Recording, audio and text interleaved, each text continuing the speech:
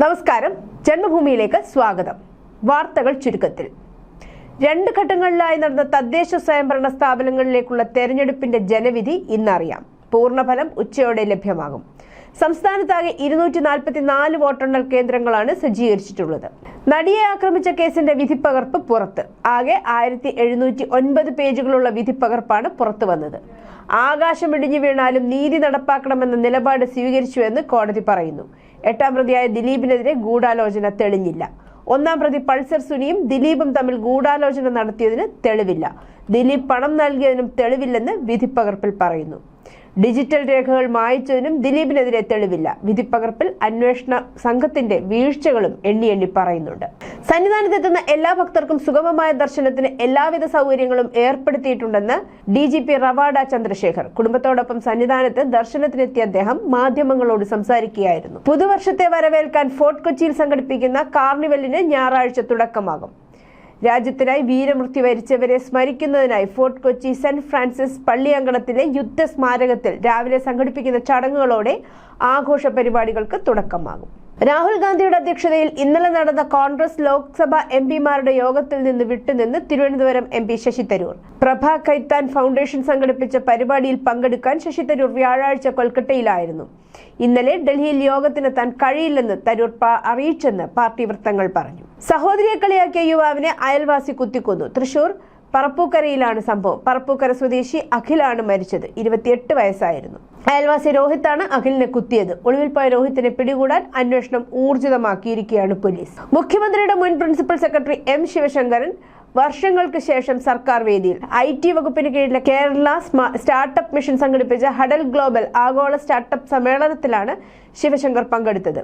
മുൻ additional chief secretary PH കുര്യനും digital സർവകലാശാല മുൻ VC ഡോക്ടർ സജി ഗോപിനാഥും ഉൾപ്പെടെയുള്ളവർക്കൊപ്പം കേരളത്തിലെ സ്റ്റാർട്ടപ്പുകളുടെ വളർച്ചയെക്കുറിച്ചുള്ള സെഷനിലാണ് ശിവശങ്കർ പങ്കെടുത്തത്. സംസ്ഥാനത്തെ പൊതുവിദ്യാലയങ്ങളിൽ 1ാം ക്ലാസ് പ്രവേശനത്തിനുള്ള കുറഞ്ഞ പ്രായം അടുത്ത അധ്യയന വർഷം കൂടി 5 വയസ്സായി തുടരും. 6 വയസ്സാക്കാനുള്ള തീരുമാനം 2027 മുതലേ നടപ്പാക്കുകയുള്ളൂവെന്ന് മന്ത്രി V ശിവൻകുട്ടി അറിയിച്ചു. അതേസമയം SSLC പരീക്ഷ ജയിക്കാൻ എഴുത്തു പരീക്ഷയിൽ 30% മാർക്ക് നേടണമെന്ന മിനിമം മാർക്ക് സമ്പ്രദായം നേരത്തെ പ്രഖ്യാപിച്ചതനുസരിച്ച് അടുത്ത അധ്യയന വർഷം മുതൽ തന്നെ നടപ്പാക്കുമെന്നും മന്ത്രി വ്യക്തമാക്കി. ലൈംഗികാതിക്രമ കേസിൽ ചലച്ചിത്ര സംവിധായകനും CPM മുൻ MLA-യുമായ PT കുഞ്ഞുമുഹമ്മദ് തിരുവനന്തപുരം സെഷൻസ് കോടതി മുൻകൂർ ജാമ്യാപേക്ഷ നൽകി. ഹർജി സ്വീകരിച്ച കോടതി പോലീസിനോട് തിങ്കളാഴ്ച റിപ്പോർട്ട് നൽകാൻ നിർദ്ദേശം നൽകി. ചലച്ചിത്ര പ്രവർത്തകയാണ് PT കുഞ്ഞുമുഹമ്മദിനെതിരെ പരാതി നൽകിയത്. കേരള രാജ്യാന്തര ചലച്ചിത്രമേളയിലേക്കുള്ള മലയാള സിനിമകളെ തെരഞ്ഞെടുക്കുന്നതിനുള്ള ജൂറി അംഗമാണ് പരാതി നൽകിയ ചലച്ചിത്ര പ്രവർത്തക. തദ്ദേശ തെരഞ്ഞെടുപ്പിലെ പ്രവർത്തനത്തിൽ പോരായ്മയുണ്ടെന്ന പാർട്ടി വിലയിരുത്തലിൽ CPM തിരുവനന്തപുരം ജില്ലാ കമ്മിറ്റിയിൽ രൂക്ഷമായ വാക്കേറ്റം. ജില്ലാ സെക്രട്ടറി V ജോയ് അവതരിപ്പിച്ച റിപ്പോർട്ടിൽ ജില്ലാ കമ്മിറ്റി അംഗം കരമന ഹരിക്കെതിരെയുള്ള പരാമർശമാണ് വാക്കേറ്റത്തിനിടയാക്കിയത്. ജോയ്ക്കെതിരെ കടകംപള്ളി സുരേന്ദ്രനും വിമർശനം ഉന്നയിച്ചു. പാർട്ടി സംസ്ഥാന സെക്രട്ടറി MV ഗോവിന്ദന്റെയും സംസ്ഥാന സെക്രട്ടേറിയറ്റ് അംഗം പുത്തലത്ത് ദിനേശിന്റെയും സാന്നിധ്യത്തിൽ നടന്ന യോഗത്തിലായിരുന്നു ഈ വിമർശനങ്ങളെല്ലാം. ശബരിമല ദർശനത്തിനെത്തിയ രാഷ്ട്രപതി ദ്രൗപദി മുർമുവുമായി വന്ന ഹെലികോപ്റ്റർ ഇറങ്ങാൻ പ്രമാടത്ത് ഹെലിപാഡ് നിർമ്മിച്ചതിന് 20.7 ലക്ഷം രൂപ ചെലവായതായി വിവരാവകാശ രേഖ. സാമൂഹ്യ പ്രവർത്തകൻ റഷീദ് ആനപ്പാറയാണ് അപേക്ഷ നൽകിയത്. ജില്ലാ കളക്ടറേറ്റ്, പത്തനംതിട്ട പൊതുമരാമത്ത് കെട്ടിട വിഭാഗം, പത്തനംതിട്ട RTO, ജില്ലാ പോലീസ് ചീഫ് എന്നീ ഓഫീസുകളിലെ വിവരാവകാശ ഉദ്യോഗസ്ഥരിൽ നിന്ന് ലഭിച്ച മറുപടിയിലാണ് ഈ വിവരങ്ങൾ. ഒക്ടോബർ 22-നാണ് രാഷ്ട്രപതി ശബരിമല ദർശനത്തിനെത്തിയത്. ആദ്യം നിലയ്ക്കൽ ഇറങ്ങാനാണ് ഉദ്ദേശിച്ചിരുന്നതെങ്കിലും കാലാവസ്ഥ അനുകൂലമാവില്ലെന്ന നിഗമനത്തിലാണ് പ്രമാടത്തേക്ക് മാറ്റിയത്. തലേന്ന് രാത്രി 3 ഹെലിപാഡുകൾ കോൺക്രീറ്റ് ചെയ്ത് തയ്യാറാക്കുകയായിരുന്നു. കെട്ടിടത്തിൽ നിന്ന് വീണതിനെ തുടർന്ന് കഴിഞ്ഞ 13 വർഷമായി ചലനശേഷിയും ബോധവുമില്ലാതെ കിടക്കുന്ന 32-കാരന് നിഷ്ക്രിയ ദയാവധം അനുവദിക്കുന്നത് പരിശോധിക്കാൻ സുപ്രീം കോടതി. ഇതിനായി 2ാം മെഡിക്കൽ ബോർഡ് രൂപവൽക്കരിക്കാൻ കോടതി ഉത്തരവിട്ടു. യുവാവിനെ ഈ അവസ്ഥയിൽ കഴിയാൻ അനുവദിക്കാനാവില്ലെന്ന് പറഞ്ഞ കോടതി കേസ് ഈ മാസം 18-ലേക്ക് മാറ്റി. യുവാവിന് ഇപ്പോഴത്തെ സ്ഥിതിയിൽ നിന്ന് മാറ്റമുണ്ടാവാനുള്ള സാധ്യത അതിവിരളമാണെന്നും ജീവൻ രക്ഷാ ഉപകരണങ്ങൾ പിൻവലിക്കാമെന്നും നോയിഡ ജില്ലാ ആശുപത്രി ഉണ്ടാക്കിയ പ്രാഥമിക മെഡിക്കൽ ബോർഡ് വിലയിരുത്തിയിരുന്നു. തുടർന്നാണ് 2ാം ബോർഡ് ഉണ്ടാക്കാൻ ഡൽഹി എയിംസിനോട് നിർദ്ദേശിച്ചത്. സോണിയാഗാന്ധി ലണ്ടനിലേക്ക് താമസം മാറ്റിയേക്കുമെന്ന സൂചനയുമായി ഡൽഹിയിലെ രാഷ്ട്രീയ നിരീക്ഷകർ. വിൽപത്രം എഴുതിവെക്കാനായി ചാർട്ടേഡ് അക്കൗണ്ടന്റുകളുമായും അഭിഭാഷകരുമായി ചർച്ച ചെയ്തു വരികയാണെന്ന് പറയുന്നു. ഈ സ്വത്തുക്കൾ രാഹുൽ ഗാന്ധിക്കായിരിക്കും എന്നും നിരീക്ഷകർ കരുതുന്നു. ഇതിൽ അഖിലേന്ത്യാ കോൺഗ്രസ് ഭവൻ, കർണാടക കോൺഗ്രസ് ഭവൻ, തമിഴ്നാട് സത്യമൂർത്തി ഭവൻ തുടങ്ങി ഇന്ത്യയിലെ വിവിധ കോൺഗ്രസ് ഭവനുകളുടെ മാത്രം മൂല്യം 10,000-കണക്കിന് കോടികൾ വരും. രാജീവ് ഫൗണ്ടേഷൻ, സഞ്ജീവ് ഗാന്ധി മെമ്മോറിയൽ ഉൾപ്പെടെ 18ഓളം ട്രസ്റ്റുകളുടെ അധ്യക്ഷയാണ് ഇപ്പോൾ സോണിയാഗാന്ധി. ഇവയ്ക്കെല്ലാം ഭാരിച്ച സ്വത്തുക്കളുമുണ്ട്. ഈ ട്രസ്റ്റുകളുടെ വിൽപത്രം നെഹ്റുവിൽ നിന്ന് നേരിട്ട് സോണിയയ്ക്കാണ് ലഭിച്ചിരിക്കുന്നത്. വിദേശ ബന്ധമുള്ള സംശയാസ്പദമായ സാമ്പത്തിക ഇടപാടുകൾ പോലീസ് കണ്ടെത്തിയതിനെ തുടർന്ന് അസമിലെ സോണിത്പൂർ ജില്ലയിൽ നിന്നുള്ള ഒരു സ്ത്രീയെ അറസ്റ്റ് ചെയ്തു. ദുബായിൽ വെച്ച് ഒരു പാകിസ്ഥാൻ പൗരനെ വിവാഹം കഴിച്ചതായി പറയപ്പെടുന്നു. സ്ത്രീകൾക്കൊപ്പം അവരുടെ സഹോദരൻ ഉൾപ്പെടെ 4 പേരെയും അറസ്റ്റ് ചെയ്തതായി പോലീസ് പറഞ്ഞു. ജ്യോതിക കലിത എന്ന സ്ത്രീയുമായി ബന്ധപ്പെട്ട 1ലധികം ബാങ്ക് അക്കൗണ്ടുകളിലൂടെ വിദേശ ഫണ്ട് വൻതോതിൽ കൈമാറ്റം ചെയ്യപ്പെട്ടതായി ഉദ്യോഗസ്ഥർ കണ്ടെത്തിയതിനെ തുടർന്ന് ഡിസംബർ 5-ന് അറസ്റ്റ് രേഖപ്പെടുത്തുകയും ജുഡീഷ്യൽ കസ്റ്റഡിയിൽ അയക്കുകയും ചെയ്തു. വിദേശ സ്രോതസ്സുകൾ ഉൾപ്പെട്ട കള്ളപ്പണം വെളുപ്പിക്കൽ കേസിൽ അവർക്കെതിരെ അന്വേഷണം നടക്കുന്നുണ്ടെന്ന് പോലീസ് വ്യക്തമാക്കി. 2 പതിറ്റാണ്ടിലേറെയായി ലോക ഫുട്ബോളിൽ സമാനതകളില്ലാതെ വിജയചരിത്രം എഴുതുന്ന അർജന്റീന ഫുട്ബോൾ ഇതിഹാസം ലയണൽ മെസ്സിയും സംഘവും അടുത്ത 72 മണിക്കൂർ ഇന്ത്യയിലുണ്ട്. കൊൽക്കത്ത, ഹൈദരാബാദ്, മുംബൈ, ഡൽഹി എന്നീ 4 നഗരങ്ങളിലെ വിവിധ പരിപാടികളിൽ പങ്കെടുക്കും. മിയാമിയിൽ നിന്ന് ദുബായ് വഴിയാണ് അർജന്റീനിയൻ ഇതിഹാസം കൊൽക്കത്തയിലെത്തിയത്. അർദ്ധരാത്രിയിലും താരത്തെ ഒരു നോക്ക് കാണാൻ ആയിരക്കണക്കിന് ആരാധകർ വിമാനത്താവളത്തിനു ചുറ്റും തടിച്ചുകൂടിയിരുന്നു.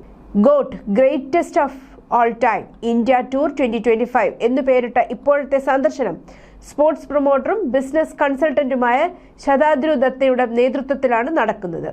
പൊതുചടങ്ങുകളിൽ ടിക്കറ്റ് ഏർപ്പെടുത്തിയിട്ടുണ്ട്. 7,000 മുതൽ 10,000 വരെയാണ് ടിക്കറ്റ് നിരക്ക്.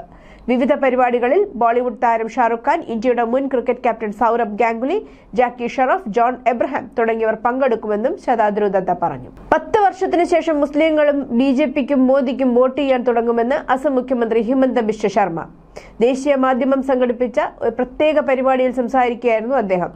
ഞങ്ങളുടെ മിയ മുസ്ലിം ആളുകൾക്ക് ഞാൻ 1 ലക്ഷം രൂപ നൽകിയാലും അവർ പറയും, മുഖ്യമന്ത്രി സാർ ഇത് വളരെ നല്ലതാണ്, പക്ഷെ അവർ എനിക്ക് വോട്ട് ചെയ്യില്ല. എല്ലാവരും എന്നോട് പറയും, നിങ്ങൾ എന്നെ വളരെയധികം സഹായിച്ചിട്ടുണ്ട്, ആവശ്യമെങ്കിൽ ഞാൻ നിങ്ങൾക്ക് എൻ്റെ വൃക്ക തരാം, പക്ഷെ ഞാൻ നിങ്ങൾക്ക് വോട്ട് ചെയ്യില്ല. കാരണം ഞാനത് തുറന്നു പറയുന്നു, അവർ നമ്മുടെ വനഭൂമി കൈവശപ്പെടുത്തിയിരിക്കുന്നു. ഏകദേശം 10 ലക്ഷം ഏക്കർ ഭൂമി കൈവശപ്പെടുത്തിയിരിക്കുന്നു. ഞാൻ അത് ഒഴിപ്പിക്കണം. ഞാൻ മുഖ്യമന്ത്രിയാണ്, അതെന്റെ ഉത്തരവാദിത്തമാണ്, അദ്ദേഹം പറഞ്ഞു. നടൻ വിജയുടെ TVK പാർട്ടിയും കോൺഗ്രസും തമ്മിൽ സഖ്യമുണ്ടാക്കാൻ സാധ്യതയില്ലെന്ന് റിപ്പോർട്ടുകൾ.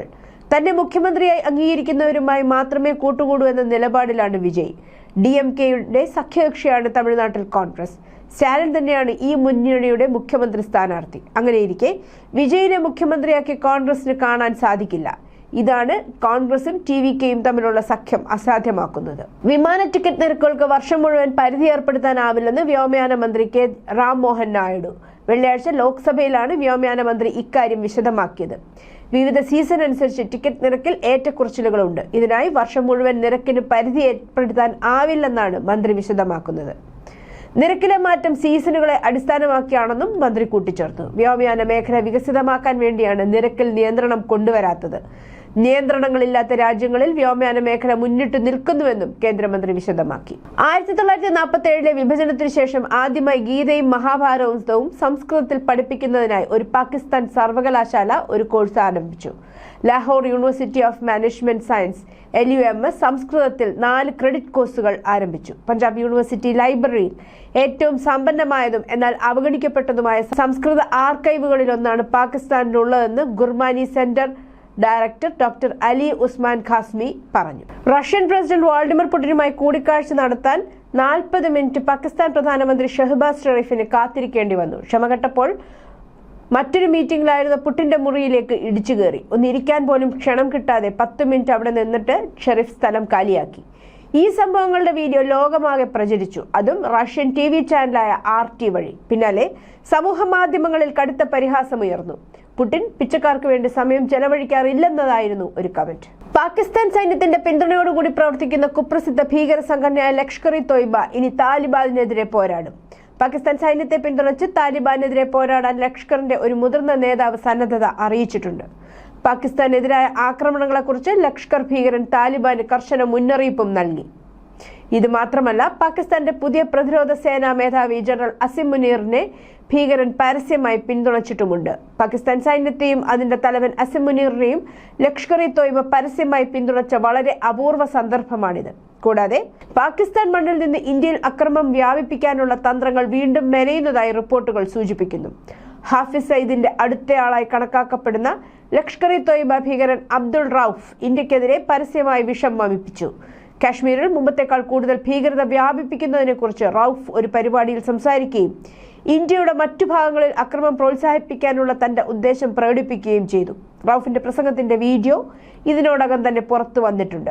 അതിൽ റൌഫ് പരസ്യമായി ഇന്ത്യ വിരുദ്ധ പ്രസ്താവനകൾ നടത്തുന്നുണ്ട്. മുൻ പാകിസ്ഥാൻ പ്രധാനമന്ത്രി ഇമ്രാൻഖാന്റെ മുൻ ഭാര്യ ജമീമ ഗോൾഡ്സ്മിത്ത് പാകിസ്ഥാൻ അധികാരികളുടെ ഖാന്റെ പെരുമാറ്റത്തെയും നിയമപരമായ പരീക്ഷണങ്ങളെയും കുറിച്ചുള്ള തന്റെ അപ്ഡേറ്റുകൾ പൊതുജനങ്ങളിൽ എത്തുന്നില്ല എന്ന് പറഞ്ഞു. കൂടാതെ തന്റെ അക്കൗണ്ടിന്റെ വിസിബിലിറ്റി ഫിൽറ്ററിംഗ് എന്ന് വിശേഷിപ്പിച്ചത് ശരിയാക്കാൻ മസ്കിനോട് ആവശ്യപ്പെടുകയും ചെയ്തു. ലൈംഗിക കുറ്റവാളി എന്ന് കണ്ടെത്തിയ പരേതനായ ജെഫ്രി എപ്സ്റ്റീന്റെ എസ്റ്റേറ്റിൽ നിന്ന് ലഭിച്ച രണ്ടാമത്തെ ഫോട്ടോകൾ ഹൗസ് ഓവർസെറ്റ് കമ്മിറ്റിയിലെ ഡെമോക്രാറ്റുകൾ വെള്ളിയാഴ്ച പുറത്തുവിട്ടു. പുതുതായി പുറത്തിറങ്ങിയ ചിത്രങ്ങളിൽ US പ്രസിഡന്റ് ഡൊണാൾഡ് ട്രംപ്, ട്രംപിന്റെ ദീർഘകാല സഖ്യകക്ഷിയായ സ്റ്റീവ് ബാനൻ, മുൻ പ്രസിഡന്റ് ബിൽ ക്ലിന്റൺ, മുൻ treasury secretary Larry Summers, Microsoft സഹസ്ഥാപകൻ ബിൽ ഗേറ്റ്സ്, ചലച്ചിത്ര നിർമ്മാതാവ് വുഡി അലൻ എന്നിവരുൾപ്പെടെ നിരവധി പ്രശസ്ത രാഷ്ട്രീയ, ബിസിനസ്, സാംസ്കാരിക വ്യക്തികൾക്കൊപ്പം എപ്സ്റ്റീനുമുണ്ട്. ഈ വ്യക്തികളിൽ ആരുടെയും നിയമവിരുദ്ധ പ്രവർത്തനങ്ങൾ ചിത്രീകരിക്കുന്ന ഒരു ഫോട്ടോഗ്രാഫും ഇല്ല. News desk, Janmabhumi.